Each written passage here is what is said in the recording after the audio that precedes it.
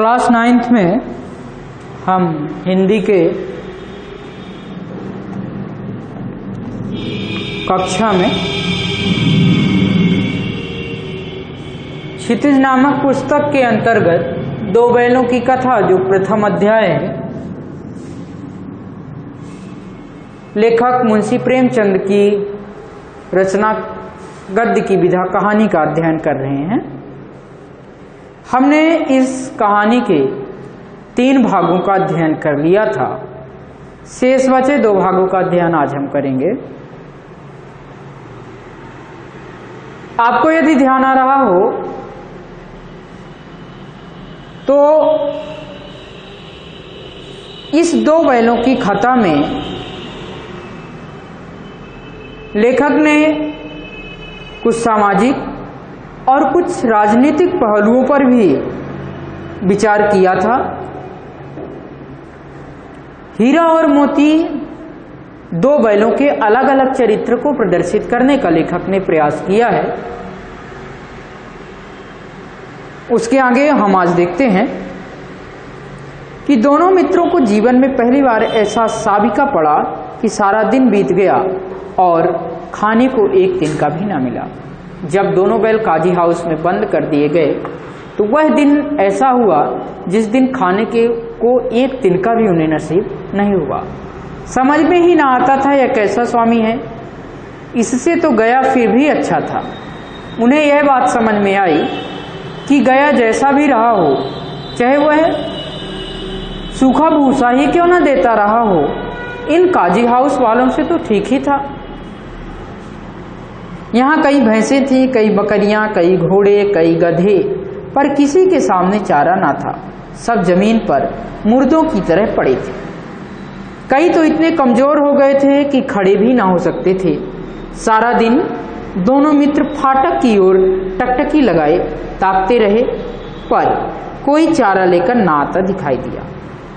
तब दोनों ने दीवार की नमकीन मिट्टी चाटनी शुरू की, पर इससे क्या तृप्ति होती। रात को भी जब कुछ भोजन ना मिला तो हीरा के दिल में विद्रोह की ज्वाला दहक उठी। मोती से बोला, अब तो नहीं रहा जाता मोती। मोती ने सिर लटकाए हुए जवाब दिया, मुझे तो मालूम होता है प्राण निकल रहे हैं। इतनी जल्द हिम्मत मत हारो भाई, यहाँ से भागने का कोई उपाय निकालना चाहिए। दोनों बैल आपस में वार्तालाप करते हैं इशारों में, और ये जो वार्तालाप है वो लेखक ने ऐसा प्रदर्शित किया है जैसे मानवीय प्रवृत्तियों से जुड़े हुए दोनों बैल आपस में बात कर रहे हैं। आओ दीवार तोड़ डालें, मुझसे तो अब कुछ नहीं होगा। बस इसी बूते पर अकड़ते थे, सारी अकड़ निकल गई। बाड़े की दीवार कच्ची थी, हीरा मजबूत तो था ही। अपने नुकीली सींग दीवार में गड़ा दिए और जोर मारा तो मिट्टी का एक चिप्पड़ निकल आया। फिर तो उसका साहस बढ़ा। इसने दौड़कर दीवार पर चोटें की और हर चोट में थोड़ी थोड़ी मिट्टी गिराने लगा। जो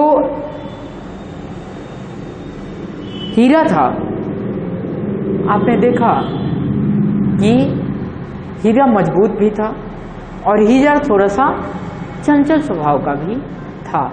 इस कारण से उस अड़ियल स्वभाव के कारण उसने प्रयास करना शुरू कर दिया। कभी कभी अड़ियल होना भी बुरा नहीं होता, फायदेमंद हो जाता है, लाभ हो जाता है उससे कुछ। जैसे आप घर में कोई जिद करते हैं, जिद करने के पश्चात आप उस समय नहीं समझते उसका महत्व, लेकिन बाद में समझ में आता है कि इस जिद को करना चाहिए था या नहीं।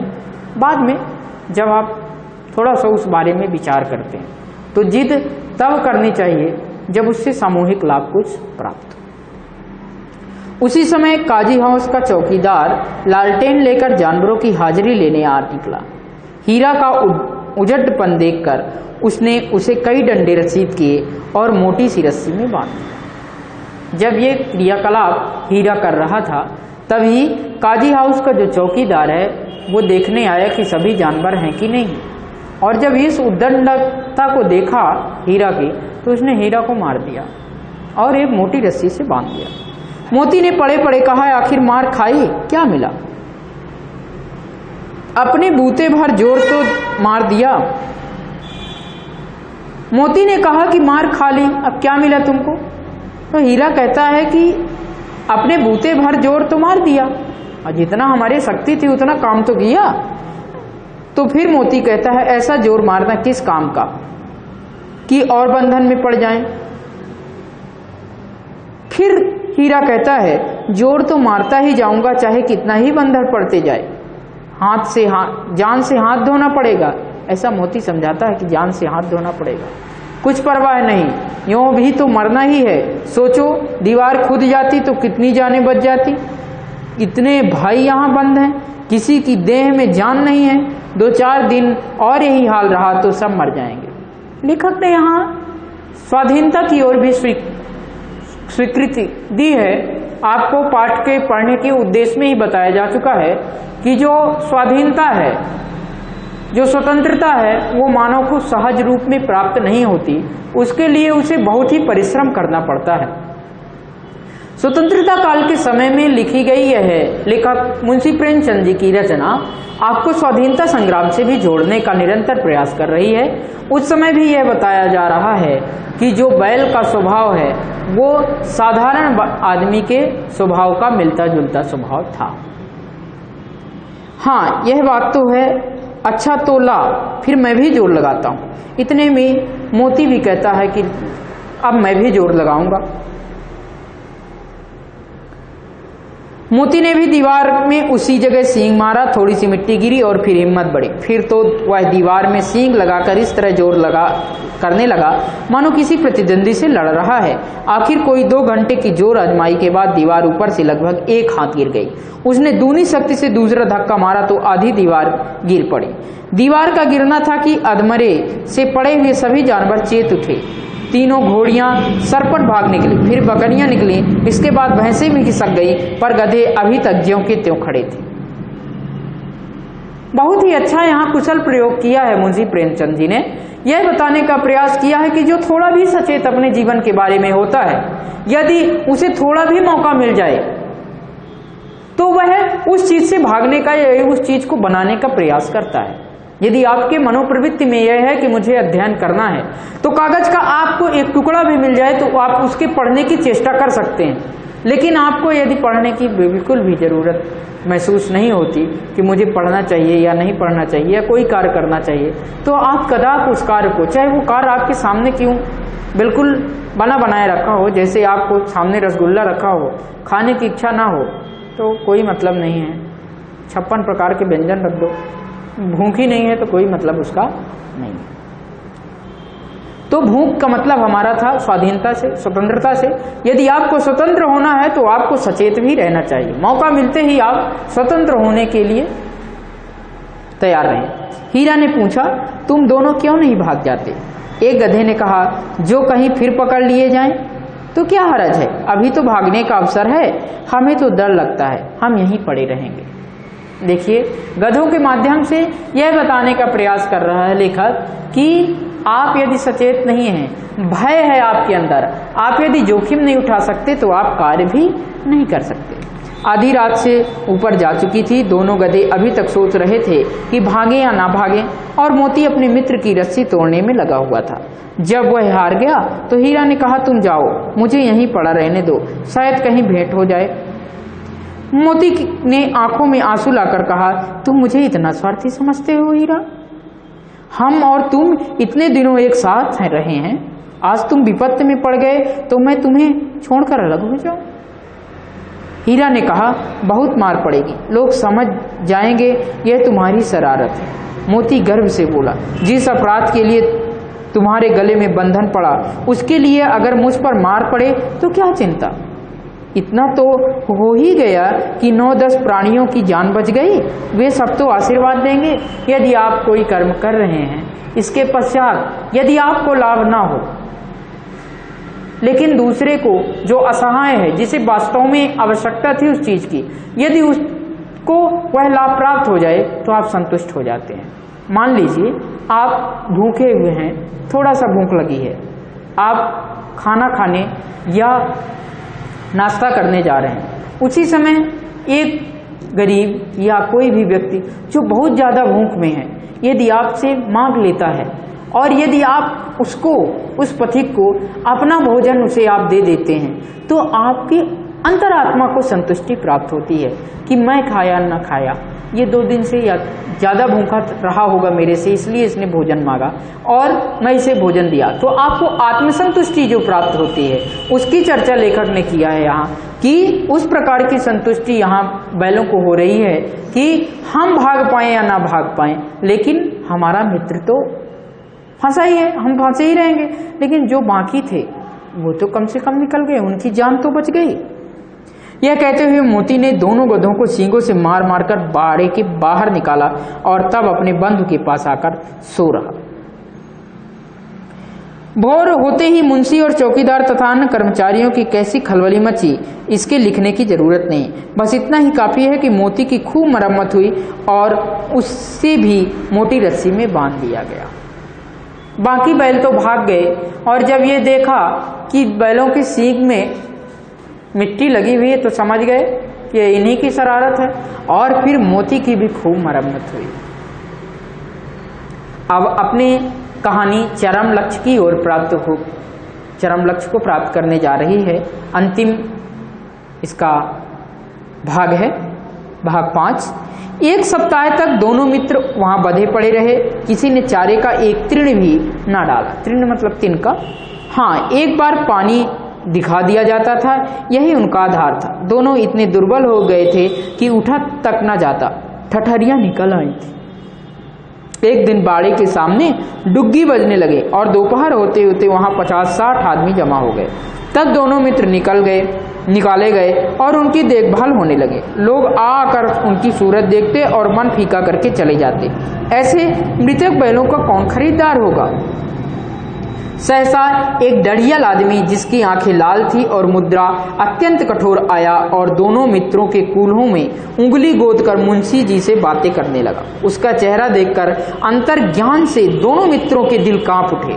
वह कौन है और उन्हें क्यों टटोल रहा है, इस विषय में उन्हें कोई संदेह ना हुआ। दोनों ने एक दूसरे को भीत नेत्रों से देखा और सिर झुका लिया। जैसे ही बैलों ने उस आदमी को देखा तो उन्हें एक भी कंफ्यूजन नहीं हुआ कि ये कौन है। उनको तुरंत समझ में आ गया कि ये और कोई नहीं है, ये जो कूल्हे पर मेरे उंगली डाल रहा है ये कसाई है। हीरा ने कहा, गया के घर से नाहक भागे, अब जान ना बचेगी। हीरा पश्चाताप करता है, कहता है गया के यहाँ से फालतू में भाग आए, अब यहाँ आने के बाद जान बचेगी या नहीं ये भी नहीं कहा जा सकता। मोती ने अश्रद्धा के भाव से उत्तर दिया, कहते हैं भगवान सबके ऊपर दया करते हैं, उन्हें हमारे ऊपर क्यों दया नहीं आती। भगवान के लिए हमारा मरना जीना दोनों बराबर है। चलो अच्छा ही है, कुछ दिन उसके पास तो रहेंगे। एक बार भगवान ने उस लड़की के रूप में हमें बचाया था, क्या अब ना बचाएंगे। यह आदमी छुरी चलाएगा, देख लेना। तो क्या चिंता है, मांस खाल सींग हड्डी सब किसी न किसी काम आ जाएंगे। देखिए, यह है समर्पण की भावना। स्वतंत्रता के लिए आपको, स्वाधीनता के लिए आपको समर्पण भी चाहिए। यदि आप समर्पित नहीं होंगे, जोखिम नहीं उठाएंगे, तो आपको स्वतंत्रता प्राप्त होना लाजमी नहीं है। नीलाम हो जाने के बाद दोनों मित्र उस डड़ियल के साथ चले। दोनों की बोटी बोटी कांप रही थी। बेचारे पांव तक न उठा सकते थे, पर भय के मारे गिरते पड़ते भागे जाते थे, क्योंकि वह जरा भी चाल धीमी हो जाने पर जोर से डंडा जमा देता। राह में गाय बैलों का एक रेवड़ हरे हरे हार में चरता नजर आया। सभी जानवर प्रसन्न थे, चिकने चपल, कोई उछलता था, कोई आनंद से बैठा पागुर करता था। कितना सुखी जीवन था इनका, पर कितने स्वार्थी हैं सब। किसी को चिंता नहीं कि उनके 2 भाई बधिक के हाथ पड़े कैसे दुखे। सहसा दोनों को ऐसा मालूम हुआ कि यह परिचित राह है। हाँ, इसी रास्ते से गया उन्हें ले गया था। वही खेत, वही बाग, वही गांव मिलने लगे। प्रतिक्षण उनकी चाल तेज होने लगी। सारी थकान, सारी दुर्बलता गायब हो गई। आह, यह लो, अपना ही हार आ गया।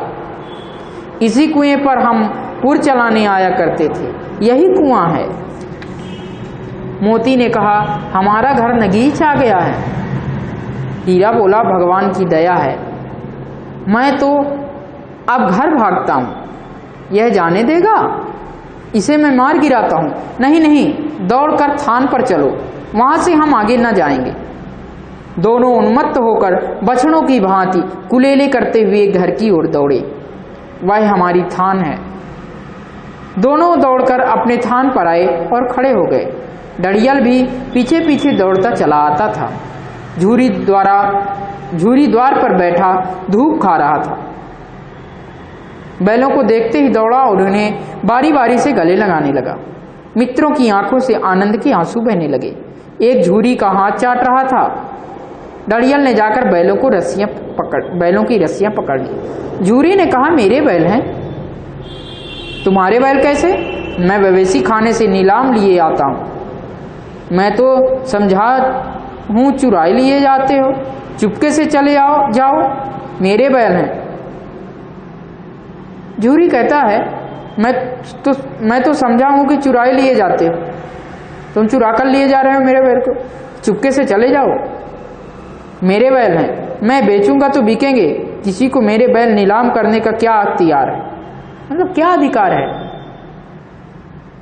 जाकर थाने में रपट कर दूंगा, मेरे बैल हैं, इसका सबूत यह है कि मेरे द्वार पर खड़े हैं। डड़ियल झल्लाकर बैलों को जबरदस्ती पकड़ ले जाने के लिए बढ़ा। उसी वक्त मोती ने सींग चलाया। डड़ियल पीछे हटा। मोती ने पीछा किया। डड़ियल भागा। मोती पीछे दौड़ा।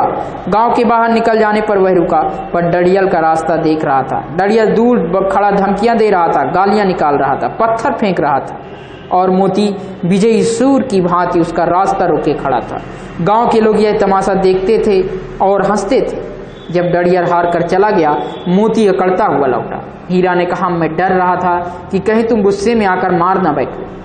अगर वह मुझे पकड़ता तो मैं बेमारे न छोड़ता।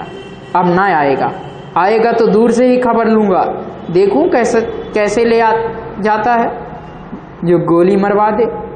मर जाऊंगा पर उसके काम तो ना आऊंगा। हमारी जान को कोई जान ही नहीं समझता, इसलिए कि हम इतने सीधे हैं। जरा देर में नादों में खाली भूसा, चोकर और दाना भर दिया गया और दोनों मित्र खाने लगे। झूरी खड़ा दोनों को सहला रहा था और 20 लड़के तमाशा देख रहे थे। सारे गांव में उछाह सा मालूम होता था। उसी समय मालकिन ने आकर दोनों के माथे चूमा।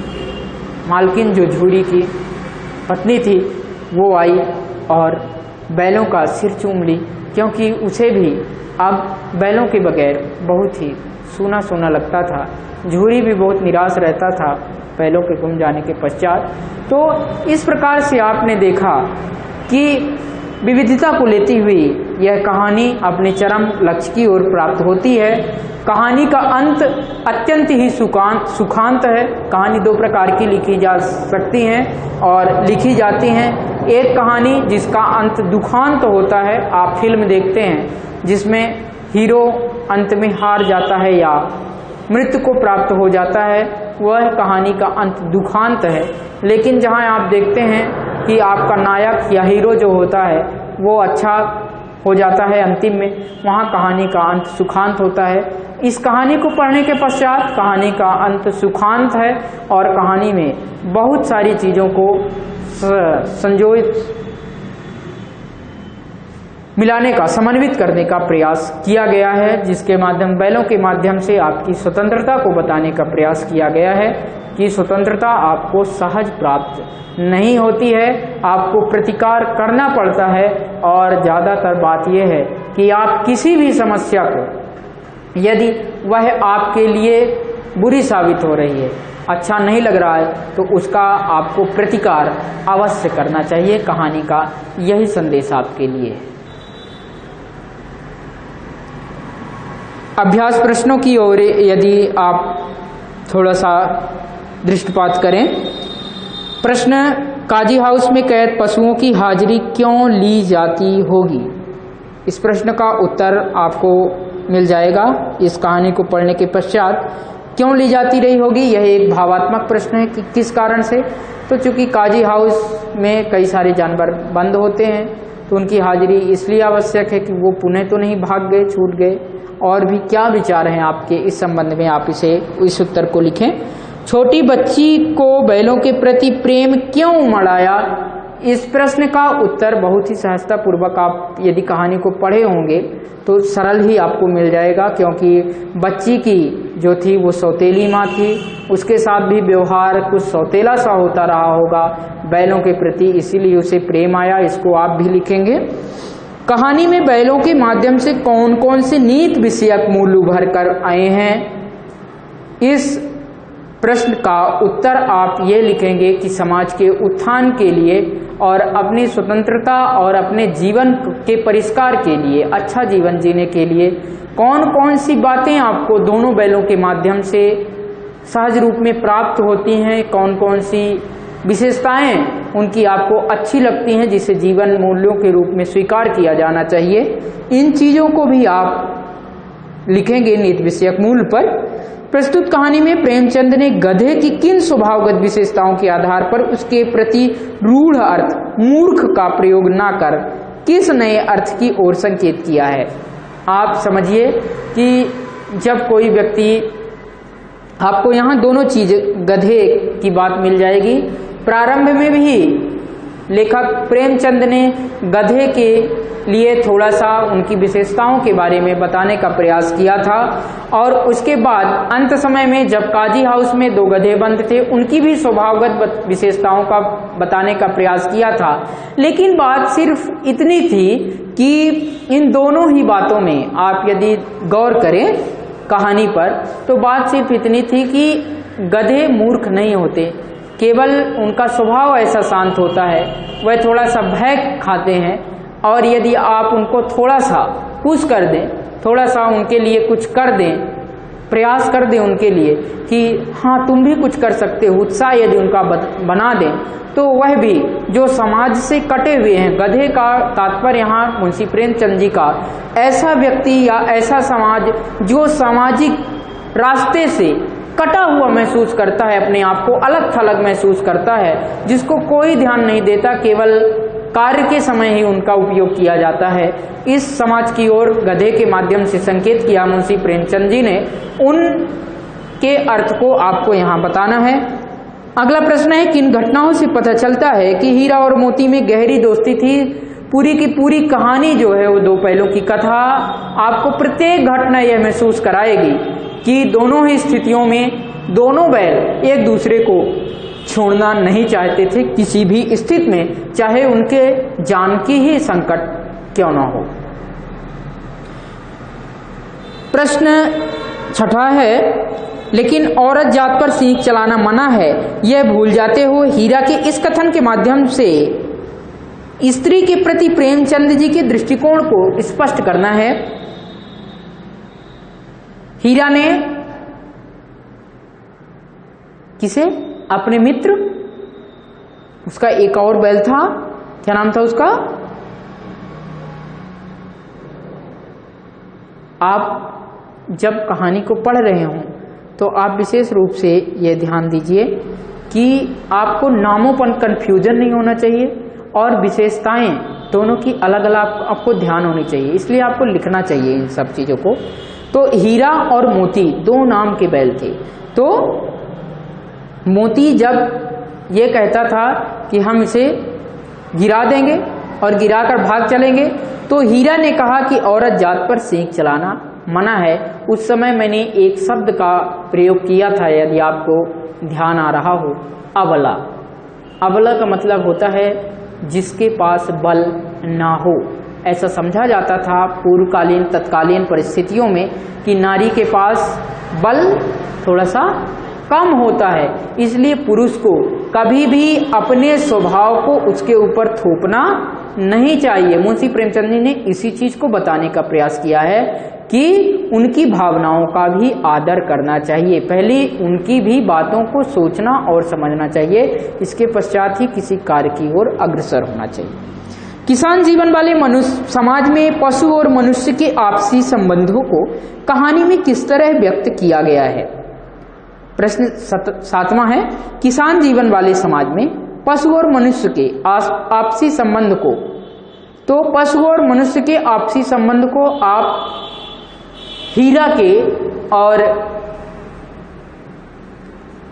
दोनों बैलों के माध्यम से, हीरा और मोती के, साथ ही झूरी के प्रेम को हीरा और मोती के प्रेम से जोड़कर तथा उसके प्रेम से कहाँ, काजी हाउस और अंत में जो कसाई है उसके विरोधी स्वभाव से आपको जोड़कर यह दिखाना होगा कि किस प्रकार से किसान का और मतलब पशुओं का और मनुष्य का आपसी संबंध होता है। प्रश्न नंबर 8वां है, इतना तो हो ही गया है कि 9-10 प्राणियों की जान बच गई, वे सब तो आशीर्वाद देंगे। मोती की इस कथन के आलोक की उसकी विशेषताएं बताइए।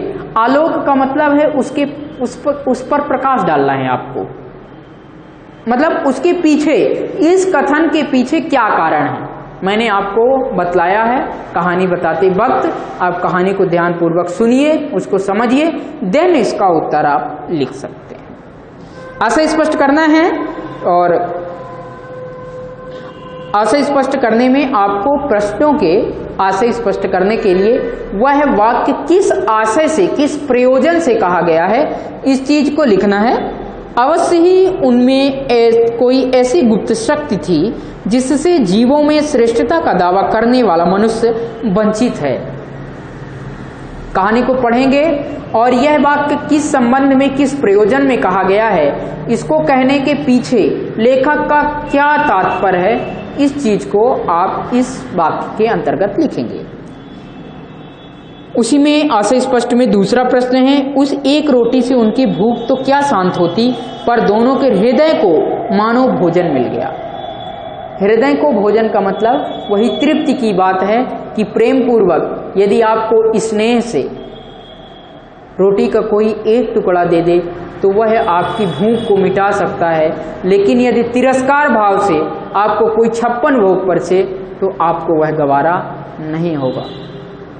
यदि आपको उसकी भावना में जरा भी आपको यह संदेह होता है कि यह मुझे भोजन नहीं देना चाहता या मुझे इससे भोजन प्राप्त करना ठीक नहीं लग पा रहा है, तो आपका वह भोजन व्यर्थ है, आपको तृप्ति नहीं मिलेगी, पेट भले ही आपका भर जाएगा।